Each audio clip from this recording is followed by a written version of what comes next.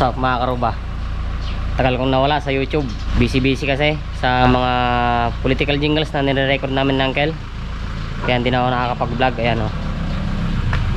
Yan si Uncle. Ayan. Tapos na ata siyang nag-edit ng dalawang kanta. Ngayon naman pupunta tayo sa Cordon. Papaayos natin tong bike natin. Ayan. Yung bike ko, mountain bike. Papapalitan ko ng mga piyesa niya. Makikita nyo mamaya yung mga piyesa pag nandun na tayo sa Cordon. Bye bye Uncle, bye bye. Ayan. Labas na ako. Mag-isa ko lang eh, wala akong taga-video mga karuba. Wait lang ah. Ayan. Wala kasi akong taga-video mga karuba. Kaya ako na lang ang magbibideo sa sarili ko habang nagdadrive. Pero mabagal lang naman ang takbo natin para makapag sali-salita ako. Ngayon lang ulit na ako kapag-vlog mga karuba.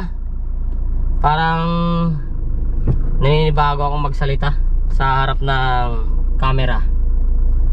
Hindi ko alam kung tama ba yung mga pinagsasabay ko ngayon. Yan, so punta na tayo guys mga karuba sa Cordon. Yan. I'm driving now. Hirap nito ah. Yan. Babagal lang tayo mga karuba. Yan. Sobrang tagal po na nawala ako sa YouTube. Di ako makakapag-upload. Sobrang busy talaga sa trabaho.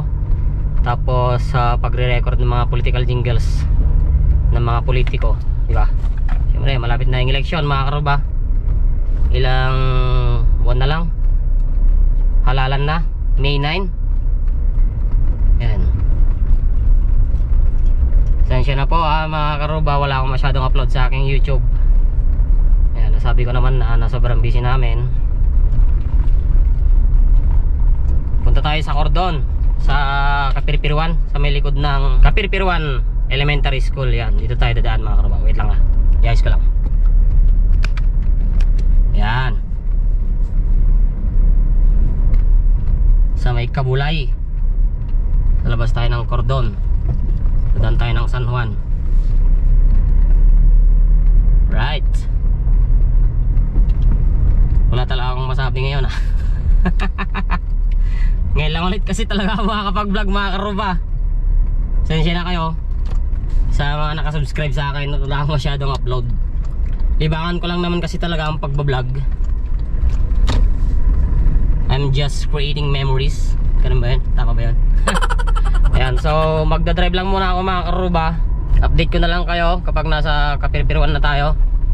In 3, 2, 1. Ayan mga karuba, nandito na tayo sa Cordon, sa may Kapirpirwan. Ayan. Tinatandaan ko lang yung sa may kanto ng bahay ng mekaniko natin sa ating bike, si Kuya Ilit. Ayan. Dito. Dito na tayo sa highway. Wait lang ah. Nasaan na kasi yun? Kabaw na ako nakaruba. Ito ata. Kung di ako nagkakamali ah. Dito ata.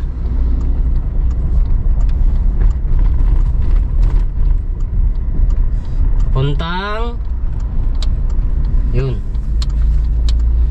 Kapirpirwan Elementary School.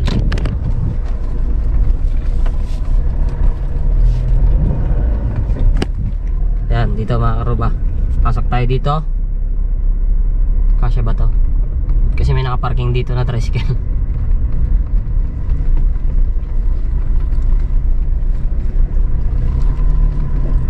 Tapos ligo tayo dito sa kanan. Yeah. Ayan. Right. Next, likod tayo ng kaliwa. Ayan. Dito kasi yung bahay ng mekaniko ko, mga karuba, sa aking bike, si Kuya Florentino. Ayan, sa mga gusto pong magpa-service ng kanilang mga bike, kaliwa ulit. Yan, dito kay Kuya Ilit kung gusto nyong magpagawa ng inyong mga bike, yung mga gusto nyong i-upgrade, ipa-install sa kanya. Yan, siya po yung mekaniko ko sa aking bike. Oh. Papasok dito. Yan, hindi lang sana siya masyadong busy, no, para madali lang niya magagawa yung ating bike karuba. Yan, yan yung bahay nila, oh. Oh, andun, oh. Naku, mukhang wala si Kuya Ilit dito, ah. Kaya tawagan ko nga, yan yung bahay nila, oh, mga karuba. Diyan. Yan, tawagan lang natin si Kuya. Sabihin natin nandito na tayo. Kuya Ilit. Ayun siya. Ayun pala siya. Ayan, yan na si Kuya. Yan. Dito na tayo sa bahay nila. Yun, oh, si Kuya. Yun, oh, si Kuya, oh. Yan, baba ko lang tong bike ko, mga karuba. Wala kasi akong kasama talaga. Wait lang, ah. Yan, mga karuba, kunin na natin yung mga parts na papapalitan natin sa ating bike. Dito siya. Yan, sa loob. So yan, mga karuba, naalis na yung gulong sa likod tsaka sa harap. Yan si Kuya, oh.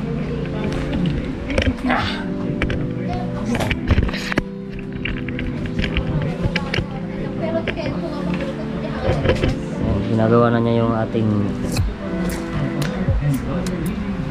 gulong.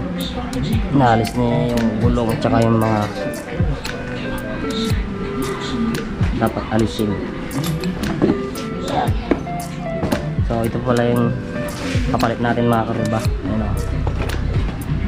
ARC hub, 28 holes, MT006. Yung kulay red. Yan. Mamaya sasound-check natin yan pag nasalpak na. So yung mga dala natin dito. So magdala rin tayo tire sealant kasi tubeless yung ating gulong. Then rim tape pang tubeless, spokes and nipples na DT Swiss. Yan, 56 pieces kasi 28 yung spokes ng ating rim. Yan siya, mga karuba, yung ating mga piyesa. Yan, mga karuba. So iipunin lang daw ni Kuya yung silat na nakalagay sa may gulong. Yan. Ito yung pala yung hub natin, oh. Yan. ARC 4 poles treated. Yan. Sakto lang yung ingay nyo. Yan. ARC 28 holes. Yan, Hyperglide. A few moments later. Yan, mga karuba, habang inaalis ni Kuya yung spokes and nipples sa may harapan na gulong, rim pala. Yan. Kikilin natin ngayon yung natanggal na hub kanina. Yan, ito yung kiluhan ni Kuya. Ikuan natin kung ilang grams. Parang aja kilograms na dyan. Kaya ito. Ayan, o, 455 yung dating hub sa likod. Ayan, 455. Ngayon yung kwan naman, yung bagong hub na ipapalit natin. Ayan, naka 0-0 siya ngayon, mga karuba. Kakan natin yung sa likod, 255. Yan yung hub sa likod. Haha, 255, oh. Mamaya ikikilo din natin yung sa harapan. 200 grams tinlaganan na. Dakkalaji, ah. Dakkalaji, ano ba? Yan. Kiluhin natin yung sa harapan. Yung stock na hub.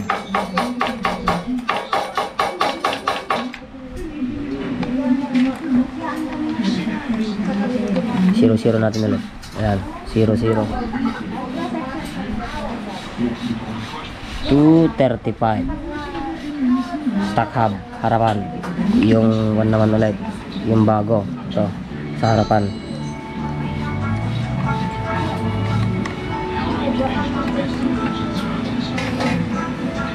$135.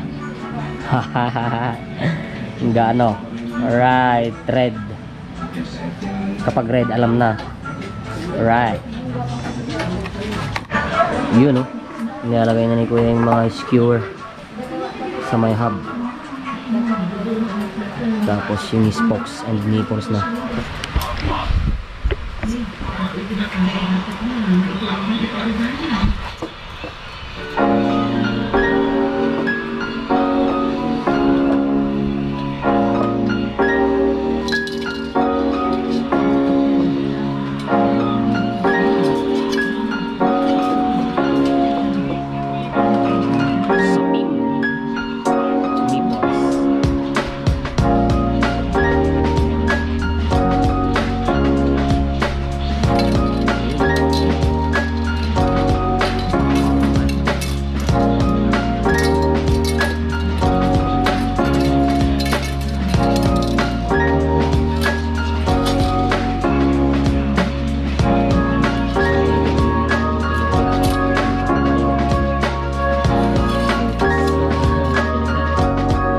Yan, tignan nyo ito mga karubang. Kakaiba yung pag-align ni Kuya Florentino sa bike.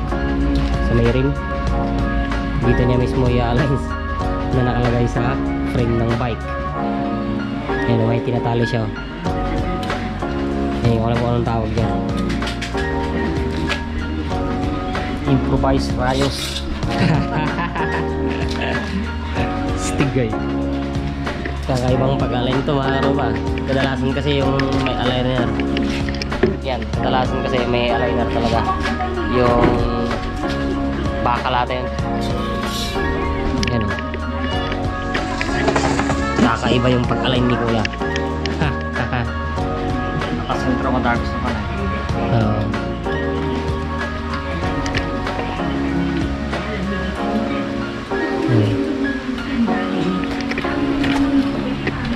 Ayos. Mas naka-align daw pag dito eh. Sa may frame mismo.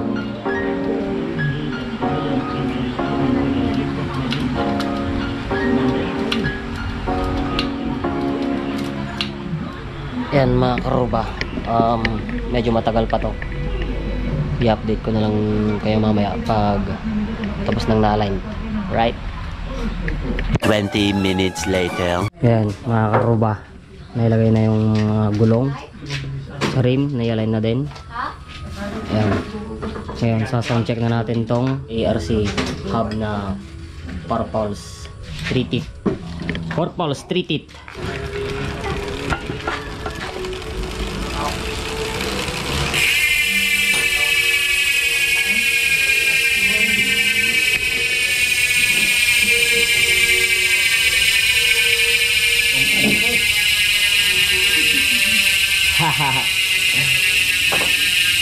Tunog, hinahabol ng aso.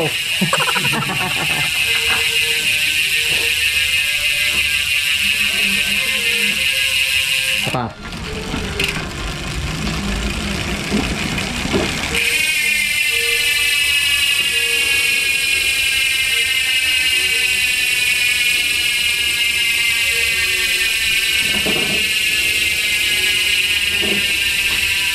Yan mga karuba.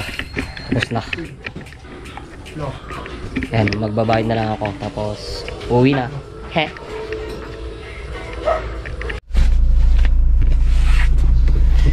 Yan mga karuba. Tapos na rin tayo dito. Kay Kuya Ilit. Yan.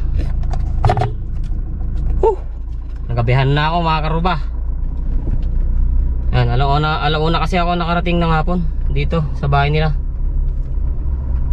Medyo matagal din nagawa kasi nag-align pa ng mga rayos. yung sa wheelset niya. Tsaka maingat din talaga si kuya, hindi siya nagmamadali sa paggawa ng bike.